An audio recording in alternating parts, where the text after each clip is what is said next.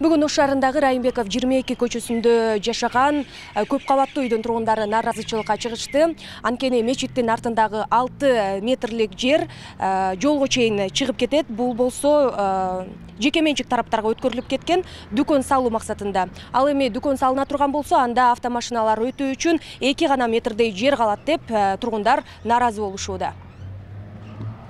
Мындан улам аталган аймактын тургундары 2020 жылы шаардык сотко арыз менен кайрылган. Арызда элдин пайдалануусундагы 210 чарчы метр жерди жеке менчик тараптарга сатылып, мыйзамсыз иштер болуп жатканына токтолушкан. Бул жылдар аралыгында соттун чечими бирде эл тарапка чечилсе, бирде экинчи тараптын пайдасы менен аяктап келген. Бул иш жогорку сотто да каралган, бирок анда да ар кандай жасалма документтер колдонулганын билдиришүүдө. Мындан улам эл кайра апелляциялык арыз жазып, экинчи соттук 7-июнга белгиленген. Акыркы сотто, жогорку сотто болду. Жогорку сотто болгондо биздин үйдүн жашоочусун буларды колго алып, 25 квартиранын жашоочусу Маткасимов Нурланды арыз жаздырып, ал бизге доверенность берген. Өзү жашоочу жерде туулгандан бери. Бирок жалгандан бүт барын жазып туруп, анан ала тарапка чечти. Биздин талашып тарышканыбыз элге, мага, şu журтка эч кандай 1 метр жердин кереги жок. Биздин мына домдун гос актысы бар. Мына домдун жан башынан 4 метр жер калыш керек. Элдин коопсуздугун пажардык, коопсуздукка керек. Анан бул жерден азыр мына мечиттин аркасында 2 метр калган болсо, бул жерде жолго чыгып кетмөй жол жок болот экен да.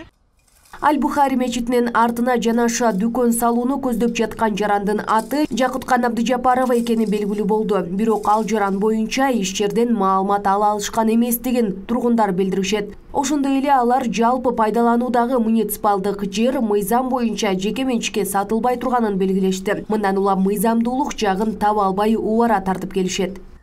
Закон түрдө мындай адамгерчилик менен де эме кылайын деп эме алсам вообще көрбөй калдым. А сотко мен катыша албай калдым. Иштер менен болуп.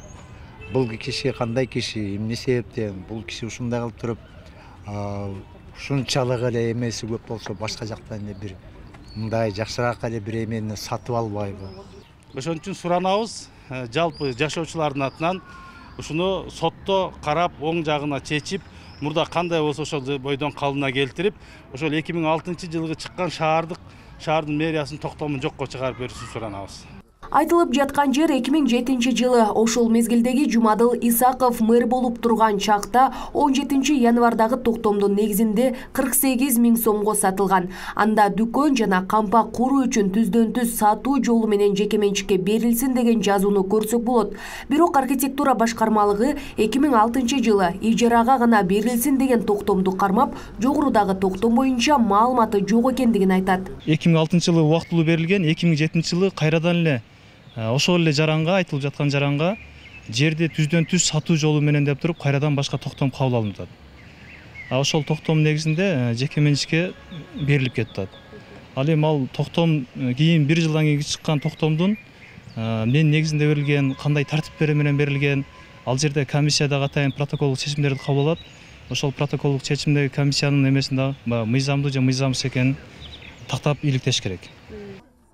2000 жылдан баштап шаардык бюджетти толтуруу максатын койгону жергиликтүү бийлик жеке жактарга сатып ийген учурлар четтен чыгууда. Ал эми бул башаламан чыгарылган токтомдорго кол койгон тиешелүү тараптар мыйзам алдында жооп берет деп үмүт артып, жапа чегип жаткан карапайым эл мыйзам өкүлдөрүнүн акыйкаттуу чечимин күтөт.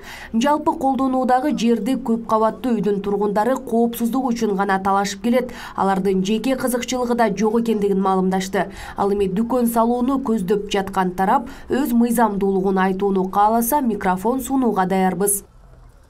Аганыш Туратбек кызы, Белек Мусаев, Ош ТВ.